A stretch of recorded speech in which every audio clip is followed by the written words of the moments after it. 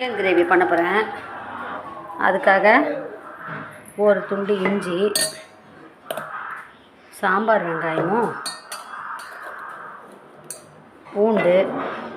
பூண்டு சாம்பார் வெங்காயம், இஞ்சி, கொஞ்சம் சீரகம், கொஞ்சம் மிளகு,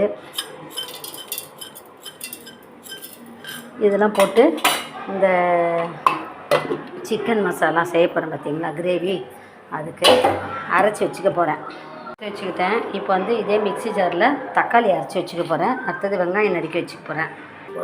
இப்போ நான் தக்காளியும் அரைச்சி வச்சுக்கிட்டேன். இப்போ எப்படி செய்யலான்றதை பார்ப்போம். பாத்திரத்தை வச்சுருக்கேன். எண்ணெய் கொதிச்சிச்சு, எண்ணெய் சூடாயிடுச்சு. சோம்பு போட்டுக்கிட்டேன்.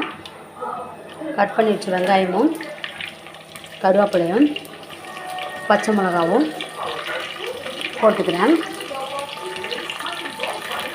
நல்லா வதக்கிப்போம். நான் நல்லா வதக்கிக்கிறேன். அதை உப்பு கொஞ்சம் போட்டுக்கிறேன். வதக்கிக்கிடலாம். ஓரளவு வெங்காயம் வதங்கிச்சு.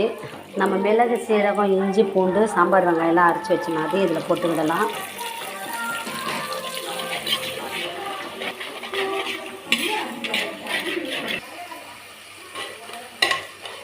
வதங்கிச்சு. இதில் நான் கறியை போட்டுக்கிறேன்.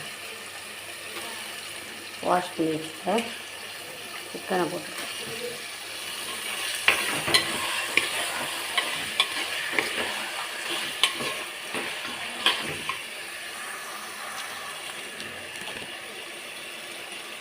காஷ்மீரி சில்லி பவுடர், குழம்பு மிளகாத்தூள், 65 மசாலாத்தூள்,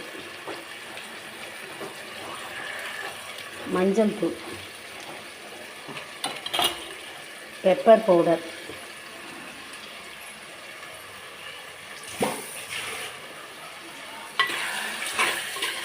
மிக்ஸ் பண்ணிக்க போகிறேன்.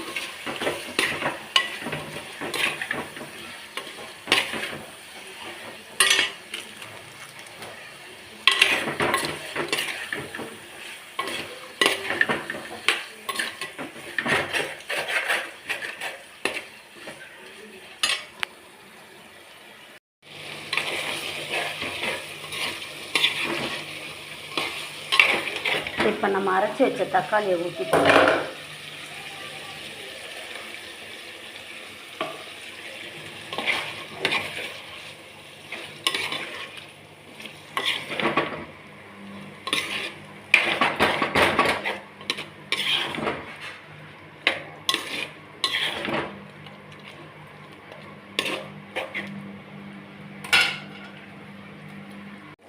நல்லா வெந்துச்சு சிக்கன் கிரேவி. கொத்தமல்லி தழை போட்டு இறக்கணும். சின்னதாக நறுக்கி வச்ச கொத்தமல்லி தழையை போட்டு இறக்கணும். சிக்கன் கிரேவி ரெடி ஆயிடுச்சு. நீங்களும் செய்து சாப்பிட்டு பாருங்கள்.